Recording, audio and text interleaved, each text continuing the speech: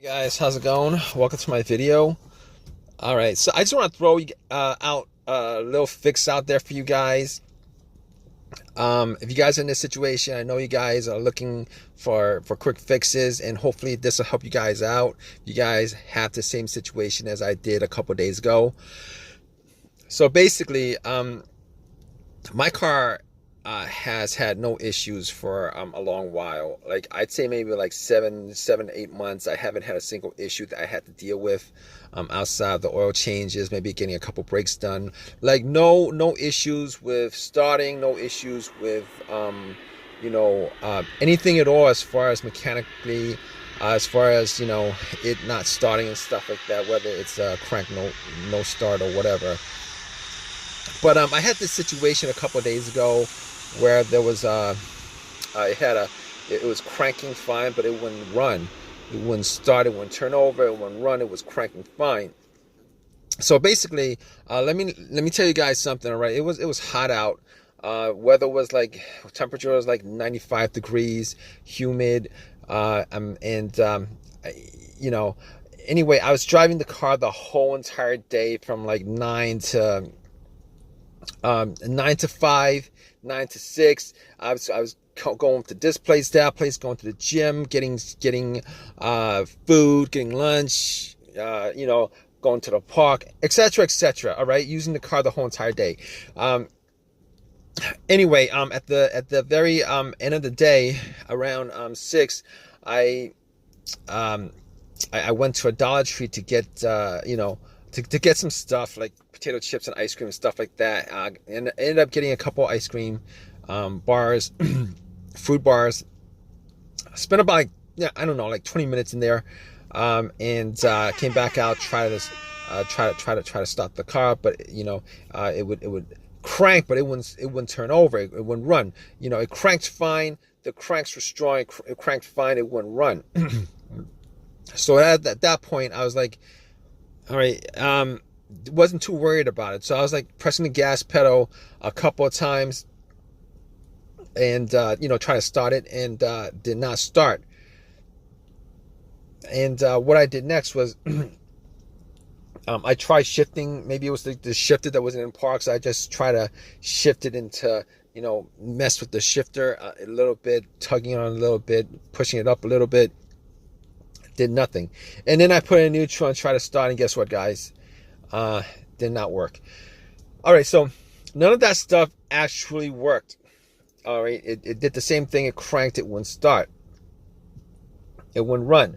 So at that point, I was like, okay, maybe it's the battery. Maybe it's the battery. Could be the alternator. I wasn't sure about it, but I pretty sure it was in the alternator. But thought maybe it was the battery. Definitely thought it was the battery. Anyway, I turned on the headlights, went out and checked the headlights just to see whether I could gauge like how strong the headlights are. And the headlights were like pretty strong. And the cranks were strong. The headlights were strong. So I let's just say I was hoping that was a battery issue, because it would be the simplest and probably one of the least expensive fixes.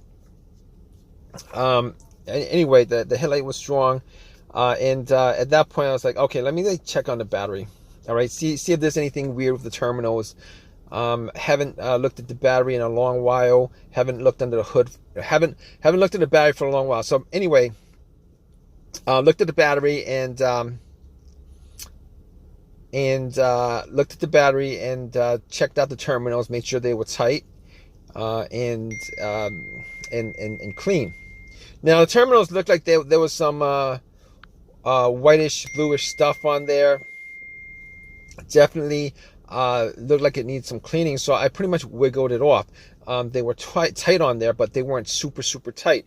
I was able to wiggle it off. Wiggle the terminals off. And since I was at Dollar Tree, went to Dollar Tree, looked around for some metal brushes. Got a couple of metal brushes. And a Coke.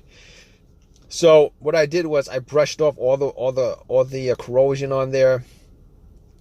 Had some paper towels on me, and pretty much threw some Coke on there, let it oxidize, and pretty much wiped it off. It was pretty clean once I got done with it, and popped it back on. And I was hoping that that was probably, I was hoping that that was the reason for the crank no start. Anyway, I got back into my car and then tried to start it and did the same thing.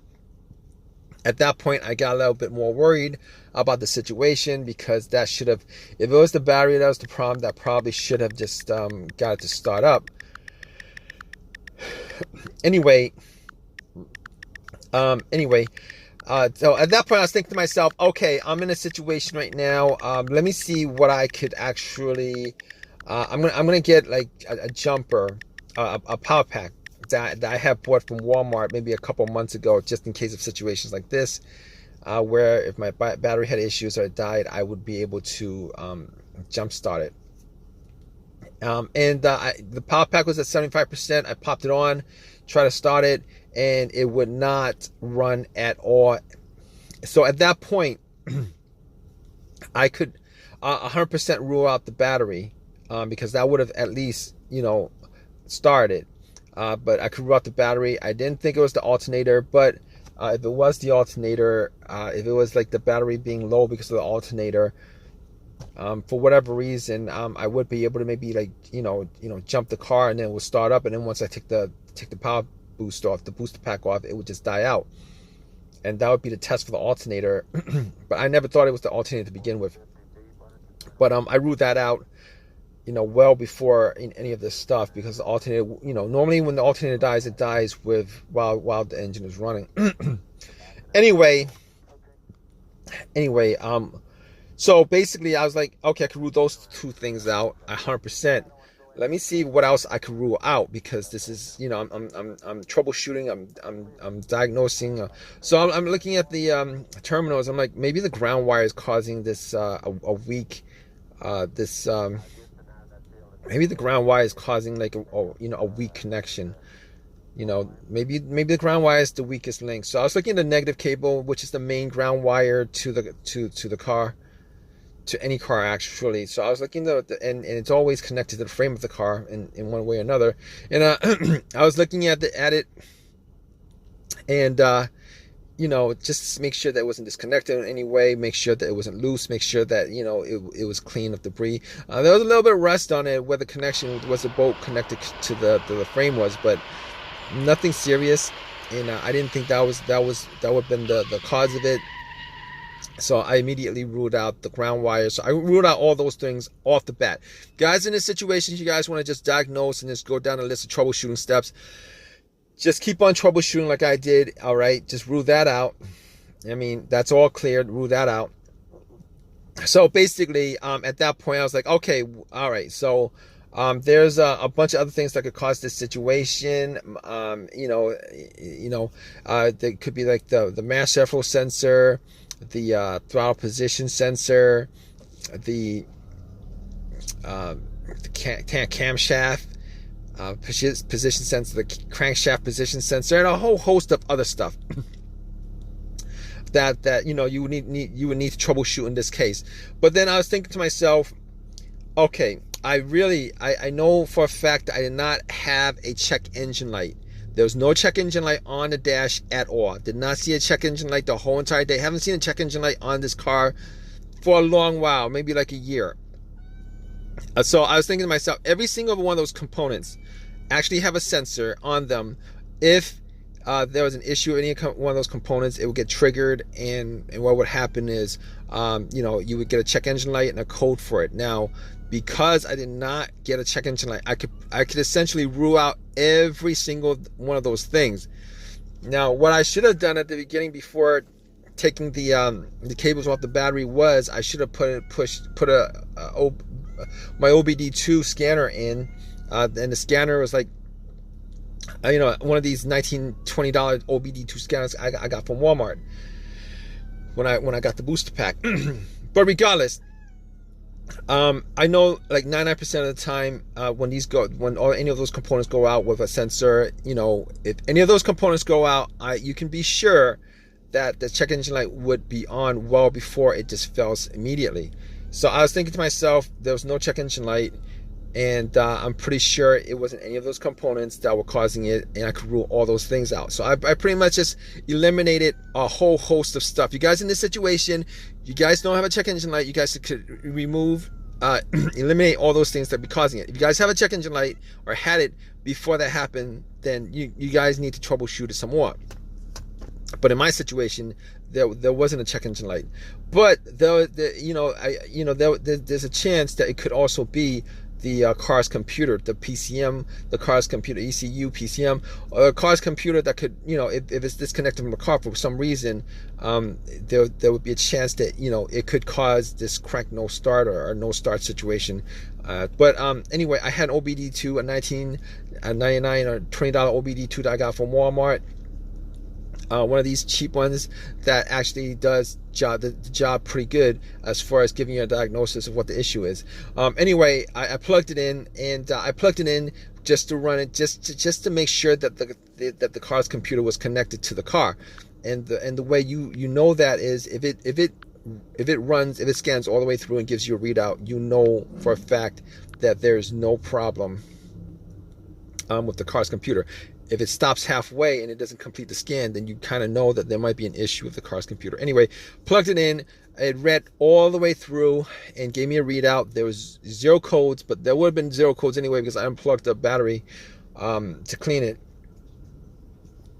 But in any case, I knew the car's computer's connection was fine, and just by deductive reasoning, there was no check engine light. So I was pretty sure that there was no other components causing it, as far as any components with the it's a sensor in it connected to it. So at that point I was like, okay, let me just move on. All right, let's just continue the troubleshooting. It could be it could possibly have been a fuel pump issue or whatever. So I was like, all right, normally to check out the fuel pump without actually doing a real test on it, I could listen to the fuel pump priming, but normally I would need 2 people here. One to listen to where the gas cap is. You take off the gas cap and listen to what where you normally fill up the gas, and then somebody just turn the car, the ignition to the on position. You could hear a whizzing sound. It was just me, so I didn't have somebody to stand right next to the gas cap and listen to it. So I actually went back into my car and turned everything off. It was a very hot day, so I was doing this real fast. Turned everything off, rolled up all the windows, and pretty much just closed all the doors and tried to listen to the whizzing sound as I turned to the on position. And unfortunately, I wasn't able to get a readout on whether it was priming or not, whether I could hear something whizzing or not. But in any case, I moved on to others. I couldn't figure that out, so I just moved on. I couldn't figure that out, so I just moved on. I couldn't figure that out, so I just moved on to the next thing. All right, so the next thing would be the fuses and the relays. So I looked at the fuses, and the fuses looked like they were, I looked at the fuses just to see whether there was any kind of, seeing the fuses whether there were. Man, I can't talk right now. Anyway, I was checking the fuses to see whether there was any kind of discoloration on the fuse, the top of the fuse and stuff like that, whether there was a burnt smell, whether I could see any kind of discoloration. And I couldn't see any discoloration. I couldn't make anything of it. I didn't have a fuse tester on me, and couldn't really test them out 100%, but I was pretty sure there was no problem with the fuses. So I was thinking to myself, let me just check out the relays, see what the deal with the relays is. And it could be a fuel pump relay. I looked for the fuel pump relay, and what I did was I took it out, cleaned it, popped it back in, tried to start it. It didn't do anything. It did the same thing. It would crank and nothing after that. So I was like, okay, let me see if I could swap out the relays. So I looked for another relay that was, had the same stats, I didn't have the same wattage, and not the same wattage, but a similar relay with the same labeling and stuff like that. So what I did was I actually took out that relay, swapped it for and went back and tried to start it. And guess what, guys? Bam! There's your fix right there. Bam! That's your fix. It started right away. I started like 3 or 4 times. It started right away. I haven't had a problem since. I drove it to AutoZone, swapped out the relay, and haven't had a single problem since. So just to cut this long story short, and you guys could go, hopefully, it'll work out for you guys too, as far as, this similar situation with this crank no start situation. Just go down the list of what I told you guys. And as far as, what I did as far as troubleshooting is concerned, there's a good chance, hopefully, that, your fix was as easy as mine. It was like a $15 relay. And I went to AutoZone, popped it in, and everything's been working good ever since. All right, guys. So let me just let you guys go. And if you guys have a comment, please leave a comment in the comment section. Please subscribe. Please give me a thumbs up. And hope this has helped you guys out somewhere. All right, guys. Take care.